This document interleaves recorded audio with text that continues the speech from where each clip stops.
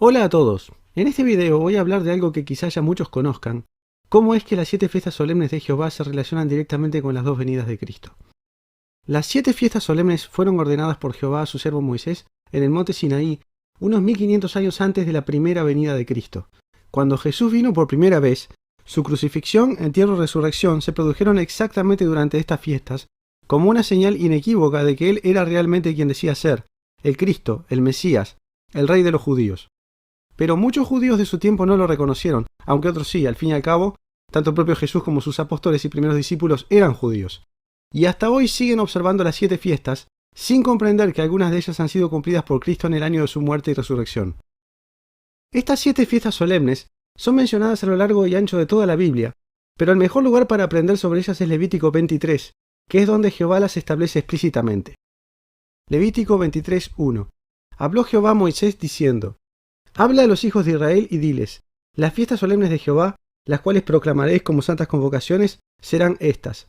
En el mes primero, a los 14 del mes, entre las 2 tardes, Pascua es de Jehová. La Pascua es la fiesta que conmemoraba la muerte de los primogénitos en Egipto y se celebraba mediante el sacrificio del Cordero Pascual. Durante 1500 años, desde los tiempos de Moisés, todos los días 14 del primer mes del año los israelitas sacrificaban un cordero el día de la Pascua. Al cabo de esos 1500 años, sacrificaron al Cordero, crucificaron a Cristo, pero no se percataron de la conexión entre la fiesta y el acto mismo de sacrificio en la cruz. Cristo es el Cordero de Dios, que quita el pecado del mundo. Jehová utilizó la fiesta no solo para conmemorar lo ocurrido en Egipto en tiempos de Moisés, sino para anunciar el futuro sacrificio del Cordero en la cruz.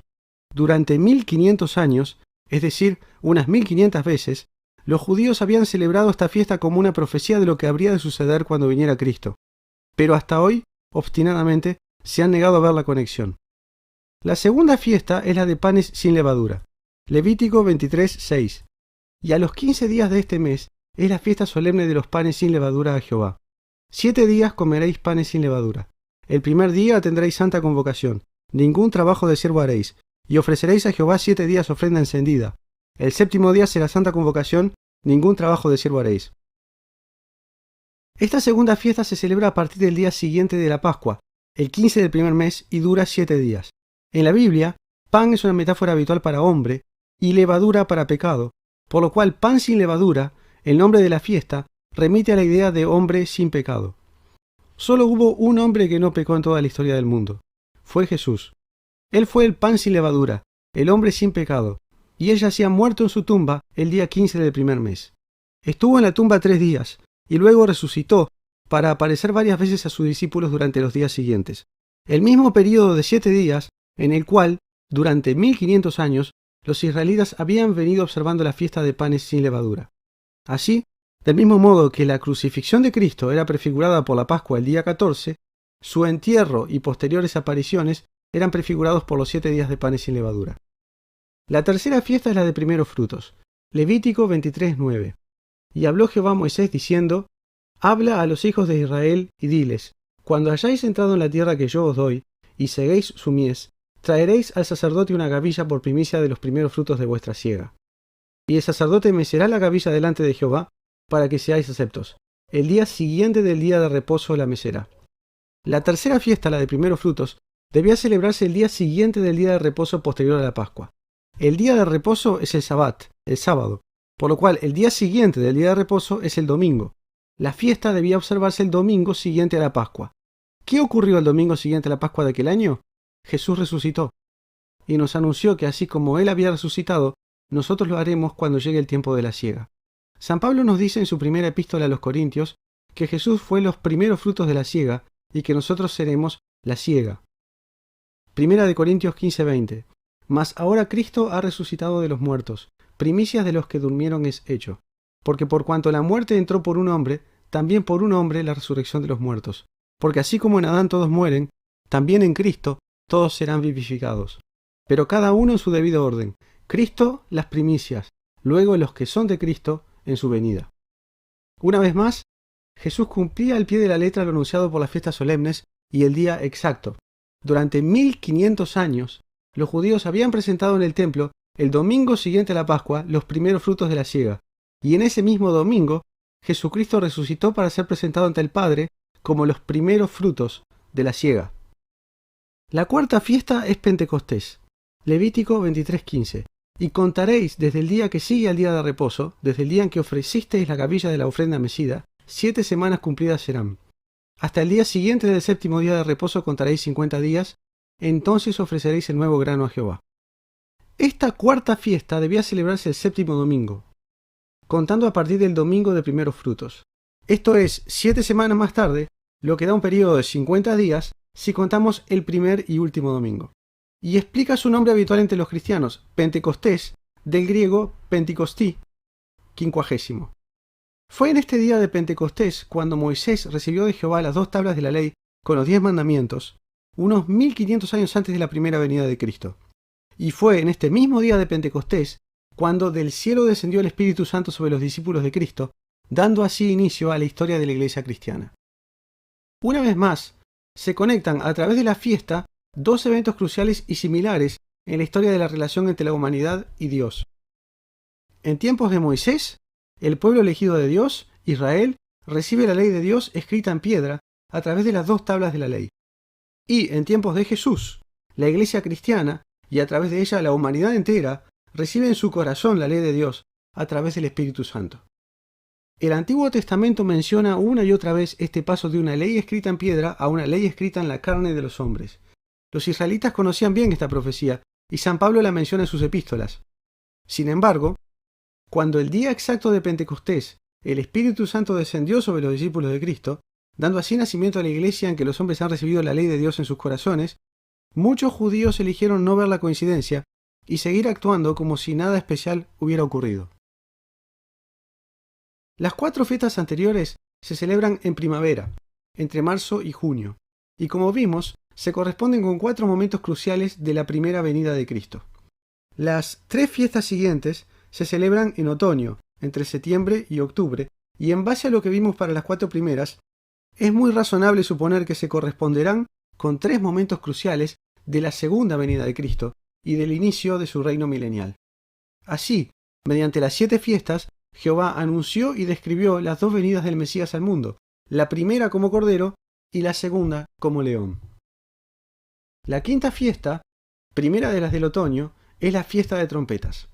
Levítico 23:23. Y habló Jehová a Moisés diciendo: Habla a los hijos de Israel y diles: En el mes séptimo, el primero del mes tendréis día de reposo, una conmemoración al son de trompetas y una santa convocación. Ningún trabajo de siervo haréis, y ofreceréis ofrenda encendida a Jehová. La quinta fiesta es la de las trompetas, que se celebra el primer día de Tisri, que corresponde al séptimo mes. Se conoce en la Torá como Yom Teruah, el día del sonido del shofar o el día del despertar. Esta fiesta es la única que no tiene un día fijo. Se celebraba en el mes de Tisri tocando una trompeta o shofar en el momento exacto de la luna nueva.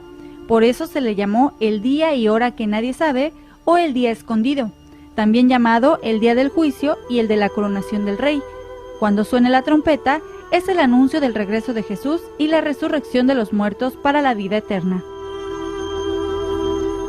Este primer día del séptimo mes señala el inicio del año civil en el moderno calendario hebreo.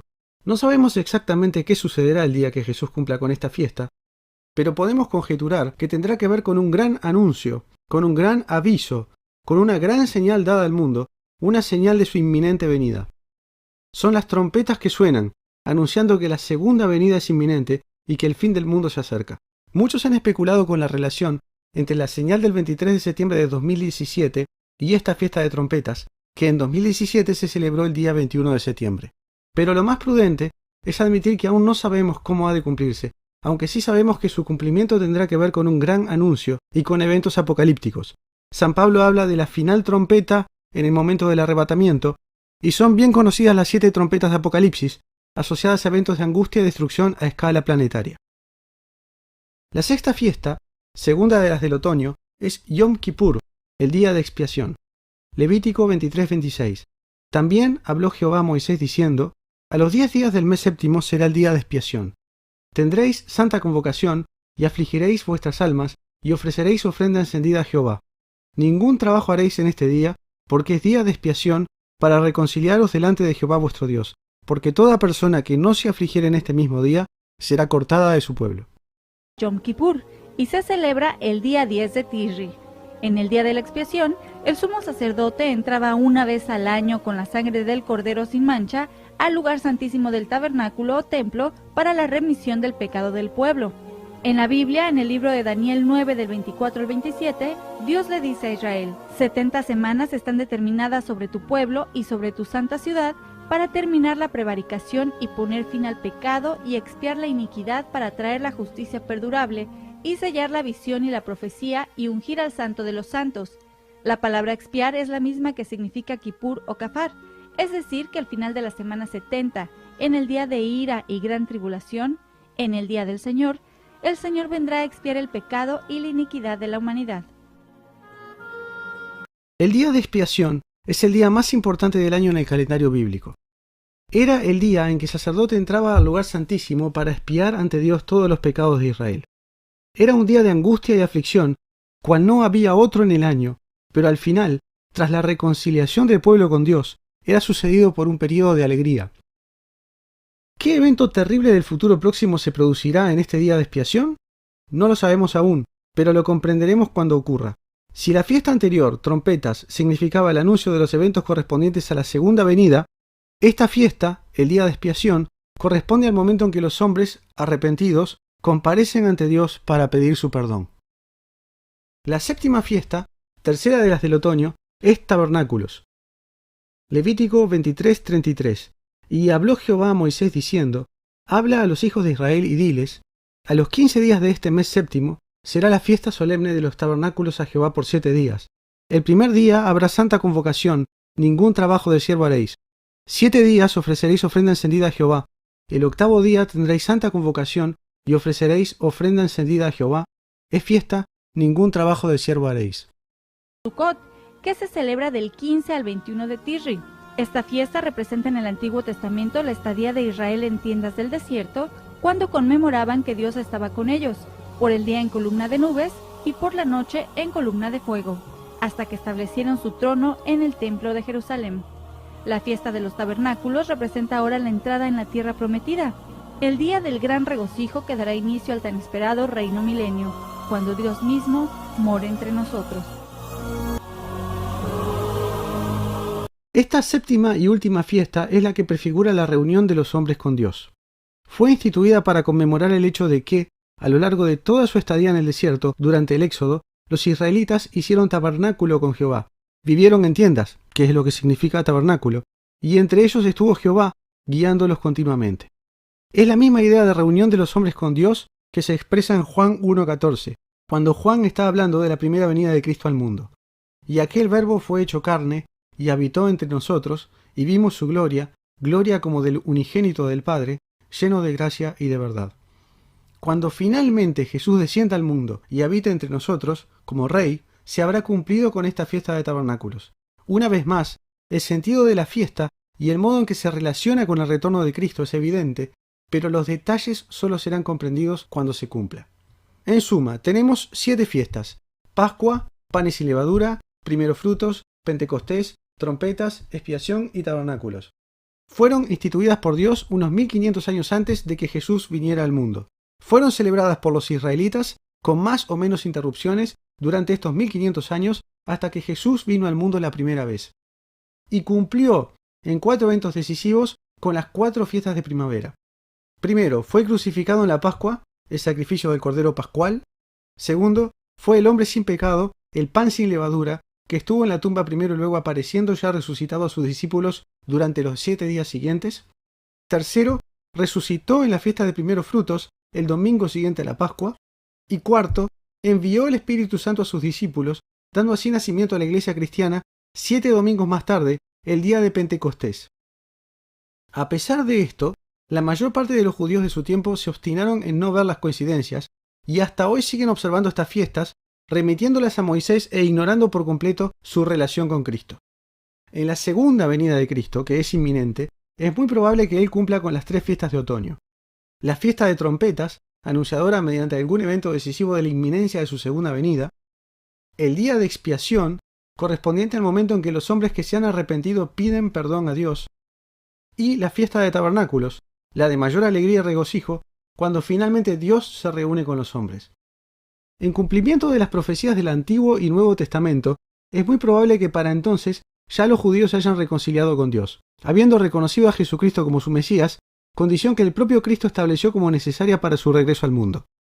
Él mismo dijo poco antes de morir, Mateo 23:37, Jerusalén, Jerusalén, que matas a los profetas y apedreas a los que te son enviados. ¿Cuántas veces quise juntar a tus hijos, como la gallina junta sus polluelos debajo de las alas, y no quisiste? He aquí, vuestra casa os es dejada desierta. Porque os digo que desde ahora no me veréis, hasta que digáis, bendito el que viene en el nombre del Señor. Esta reconciliación final del pueblo judío con Dios, en el momento en que la humanidad impía ataca al Israel terrenal, es el tema y motivación centrales de la batalla de Armagedón. Cada uno de nosotros tiene libre albedrío y decide por su cuenta si prestará o no atención a estas cosas. Cada uno de nosotros elige si entenderá o no entenderá. Daniel 12:10. Muchos serán limpios y emblanquecidos y purificados. Los impíos procederán impíamente y ninguno de los impíos entenderá, pero los entendidos comprenderán. Que Dios te bendiga.